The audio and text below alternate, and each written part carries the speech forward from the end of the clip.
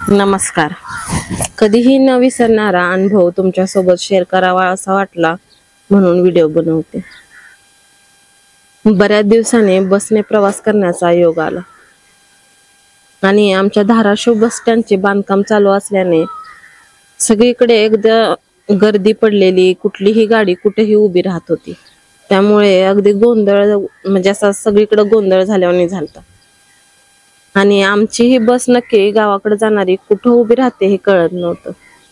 त्यासाठी मी झाडाखाली उभी राहिलेली बसची वाट पाहत आणि अगदी गर्दी असल्याने कशी तरी त्या गर्दीतून वाट काढत लातूर पुणे गाडी येऊन तिथं थांबली. ती गाडी येऊन थांबली की अगदी जसं गुळाला रिंगण घालतात तशी, अगदी मुंगळं कशी गुळाला रिंगण घालतात तशी लोक येऊन अगदी गाडीला रिंगण मारून उभी राहिली. खालून लोक बसमध्ये चढायसाठी आपली सीट पकडण्यासाठी कोण गमजा, कोण टोपी, कोण पिशवी टाकत होते आणि आपली सीट पकडत होते.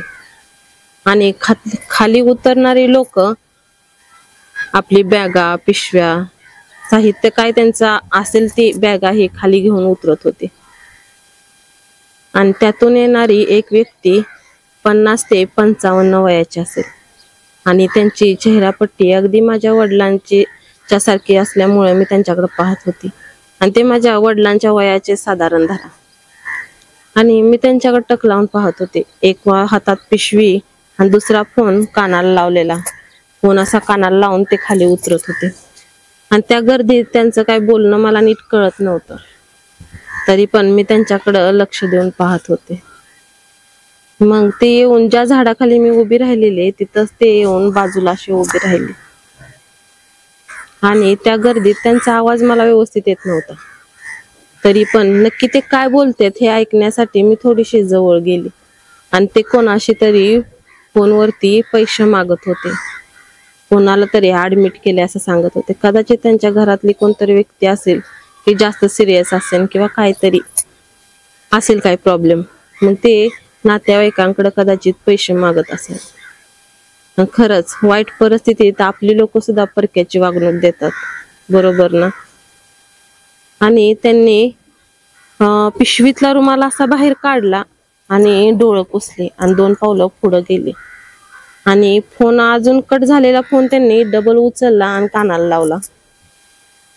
मग फुल नाही तर फुलाची पाकळी म्हणून मी पर्समधून 500 रुपये काढले आणि आपण थोडी तर मदत करावी, कारण त्यांची चेहरापट्टी वडिलांवानी माझ्या दिसत होती. त्याच्यामुळं मला हे जरा मन माझं हळवं झाल्यावानी झालं त्यावेळेस. आणि मी पुढे जाणार तेवढ्यातच गर्दीतून एक व्यक्ती धावत आली. जशी वीज चमकावी तशी ती धावत आली आणि त्यांनी ती व्यक्ती येऊन त्यांच्या बॅग मध्ये अशी पळत पळतच एक पैशांचा बंडल म्हटला तरी चालेल तसे त्यांच्या पिशवीत टाकले आणि ते धावत पुढे निघून गेली. जशी वीज चमकावी तशी तो व्यक्ती आला आणि गायब झाला. माझ्या वडिलांच्या वयाची ती व्यक्ती होती. त्यांना आपण साधारण बाबा म्हणू त्या ठिकाणी. त्या बाबांच्या पिशवीत 3 नोटांचा बंडल टाकला आणि तो व्यक्ती गर्दीत गायब झाला. वीज चमकावी तशी तो गायब होऊन गेला.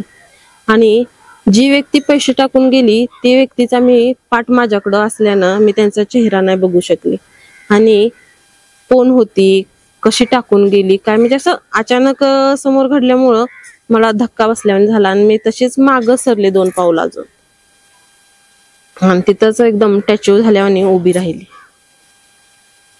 आणि ते बाबा आले आणि त्यांनी जो रुमाल त्यांनी घेतलेला गमचा डोळं पुसण्यासाठी तो पिशवीत टाकायला असे वाकले. तोच त्यांच्या हाताला 3 नोटांचा बंडल लागला तसे त्यांनी ते पैसे हातात घेतले आणि आजूबाजूला विचारू लागले की हे तुमचे आहेत का, हे तुमचे आहेत का. आणि मी कोण आहे ती व्यक्ती की एवढी मदत करून न सांगता गेला म्हणून मी एकदम शांत उभी राहिलेली. मला काही कळलंच नाही. आणि ते असे माझ्या आजूभोवती सुद्धा असे फिरले की हे बंडल कोणाचं आहे म्हणून. कोणी म्हणना की माझा आहे बंडल. मग त्यांनी तो बंडल हातात घेतला आणि असा दोन्ही हाताच्या मध्ये धरला आणि वरती पाहिले, हात जोडले आणि तो बंडल पिशवीत वापस टाकला आणि तसेच बस स्टँडच्या बाहेर गेले. जर कोणी विचारलं की तुम्ही देव पाहिला का, तर प्रत्येकाचं उत्तर नाही असेल, पण माझं उत्तर होय असेल. कारण मी माणसातला देव पाहिला. जशी वीज चमकावी तसा आला आणि गर्दीत गायब झाला. ज्याला गरज होती त्याची गरज भागवून देव जसा गायब होतो, तशी ती व्यक्ती त्या बाबांच्या गरजेला आली, उभी राहिली आणि गायब झाली. आणि विशेष म्हणजे त्यांना आपली ओळख सुद्धा दाखवली नाही. गुपित दान आणि पापना पुण्य ही म्हण खरी तर त्या व्यक्तीने आज साकार करून दाखवली. नाहीतर आताच्या काळात मीपणा जास्त आहे. कोणी मदत जरी केली तर मी हे केलं, मी ते केलं, मी असं केलं, मी तसं केलं, सगळं सोशल मीडियावर आजकाल टाकून देतात की मी असं केलं, मी तसं केलं. पण ती एक मी व्यक्ती माझ्या आयुष्यात पहिल्यांदा ती व्यक्ती अशी पाहिली की ज्यांनी दान केलं पण त्याचं नाव किंवा चेहरा सुद्धा समोर येऊन दिला नाही. देवाने आपल्याला देणाऱ्यात हे केलेलं बनवलेलं आहे, त्याच्यामुळं दान नेहमी करत राहा. धन्यवाद.